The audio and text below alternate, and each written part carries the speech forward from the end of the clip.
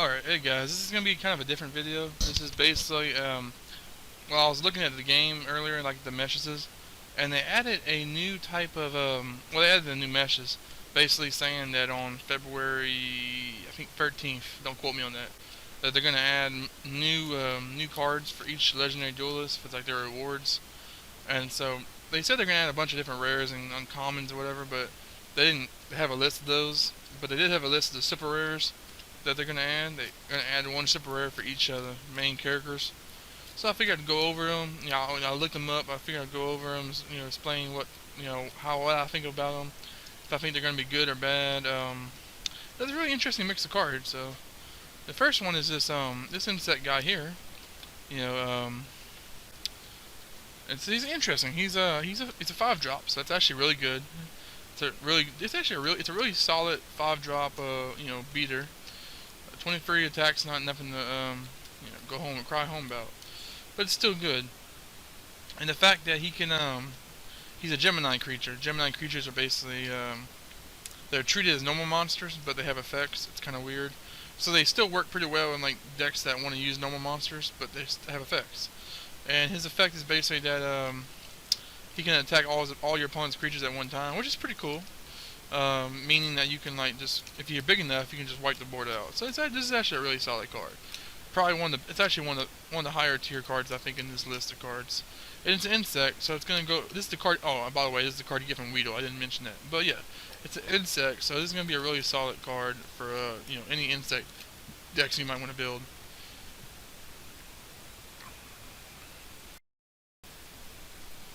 Next up, we have Familiar Knight, which is the Kaiva card you get from Kaiva. This is a solid card. It's got an interesting effect. I don't know how well this effect's gonna really play off in the meta game.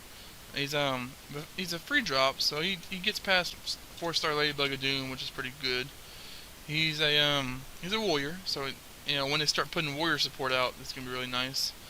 And he's I think it's hard to read because the card's so small, but I think it's when he dies, you and your opponent can both special summon a level 4 monster from your hand, which is really crazy when you think about it. Like really crazy. Basically, the best time to use this is when you have a pretty deep, a couple cards in your hand, and your opponent doesn't. Like I would not try to use this if your opponent's got a full grip, like at the beginning of the game. But otherwise, this could be a really solid creature, especially for like trying to get tributes out and stuff, or just trying to get board presence. All right, next up we have the Yugioh card. This is a really nice creature. I think this creature is going to do some serious damage in getting PvP. It's a 2-star tribute, but you can choose the tribute free monsters for this card. And if you do, whenever you tribute summon this card using free tributes, you're able to destroy all your opponent's creatures. So this is really good. Now you may be asking yourself, like, why would I have 3 creatures to sacrifice if my opponent has a full board? Because normally if your opponent has a full board, your creatures are probably dead. But there's a couple cards in this meta game that can easily get you up on the creature count. You could be running those trap cards that make creatures. You could be running that new secret rare from the fire set that like summons 2 little fairy things. That's a really nice card for being able to get this guy out quick. I mean, there's a few ways to get this guy out. So it's not the most impossible thing to think of. And he's got nice stats. Really decent stats. Plus he's a warrior, so he just fits kind of warrior strategy you're gonna do.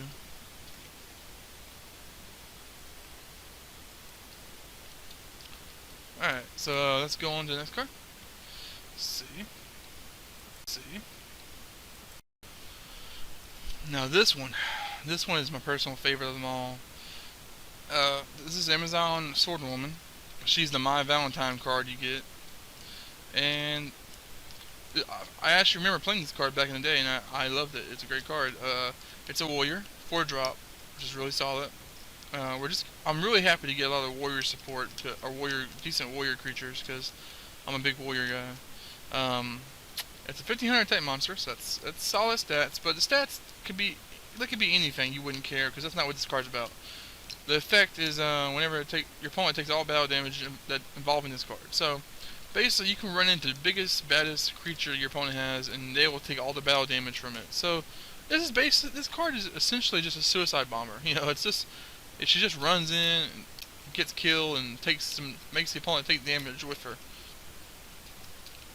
This is a good card. It's especially the bigger monsters your opponent's running, the better this card's gonna be. Like if you somehow get a chance to attack after your opponent plays a Blue Eyes Ultimate Dragon, which is not always the case, but if you do, you can run into that thing and just do some serious damage to your opponent. So overall, I think it's gonna be a great card. I'm gonna love playing it. I have a lot of memories about this card. Okay, this is the Yugioh card, the Yugioh card that you get. And this is basically, in my opinion, this is the first dud that we've gotten. Just not a very good card in my opinion. And it's a fusion, which I already don't really care for fusions. They take a lot of work to put out. And this one doesn't really bring anything to the table. It's just a 2600 attacker. I mean, yeah. I mean, if I wanted something like that, I could just play like Dark Magician, right? It just doesn't seem good in my opinion. I'm just not impressed by this card. I mean, I never was impressed by this card. It's an really old school card, and some people will like it. I mean, it's a fan favorite to some people, but I've just never cared. Alright, the next one up is the Tia card. I think that's how you say her name. Another card that's not really that impressive. This one's a little bit better in my opinion than the Gaia champion, but this is basically just a really old school basic healing card from way back in the day. You gain 1,000 life points. That's it. That's what it does. And usually life gain's not that great unless unless you're doing something else. Like, you know, if you have a creature that gains you life, or if you have a trap that has multiple ways of gaining your trap, those are worth playing usually. But cards like this are not usually worth playing. Where all they do is just gain you life one time and then they're gone. The only thing I can really that comes to mind this might be good in there's a deck focused around that trap. I forget what it's called. Sometimes you get in the card trader. It lets you it reverses the say. Next up we have Temple of the Kings, which is Oteon's card, the Trap Master. This is you can already get this card by leveling up Oteon to I think 23, I believe, and it's an okay card. The first ability is pretty cool. It lets you play once per turn. You can activate a trap as though it was just played, or though it was set, when it's not set. So that's cool. But the other effects actually was what you really want to use this card for. Like I don't know if that card's actually in the game, the one that you use to sacrifice. But if it is, you can do some crazy stuff with this card. Some seriously crazy stuff. So that's all I really have to say about that card. I don't really know this card that well. I don't have that much experience with it. But we'll see. We'll see how people use it. Next up we have Rex's card, Surfer Night Dragon. Another card I'm just not that impressed by. It's a 7-drop. It's a 7-drop 2350 dragon. I mean, for 2 tributes, why don't just play Blue Eyes? I mean, it's just a lot better. I just don't get this card. I don't get why this game is putting out cards like this. I can understand beginning the game with it, but why would you add this as a new reward? Especially a secret rare reward. I mean, I wouldn't be excited to get this ever. Alright, next up we have Manko's card. You know, this is another Gemini creature, so it can be good in decks that want normal monsters. And once per turn it can gain some extra attack. I think it goes up to about 2,300. Yeah, it can go up to 2,300 and it can kill something, and then it gets switched to defensive position. So it's kind of like a Goblin Attack Force, because it also can't flip back until later. Like it has to wait a whole turn, I believe, until it can switch back to the positions. So it's basically like a Goblin Attack Force, which Goblin Attack Force is actually a really solid card. So this is also a really solid card. Plus it has higher defense, so it won't be super easy to destroy like Goblin Attack Force is. So yeah, I like this card. I think this would be a good addition to the water decks.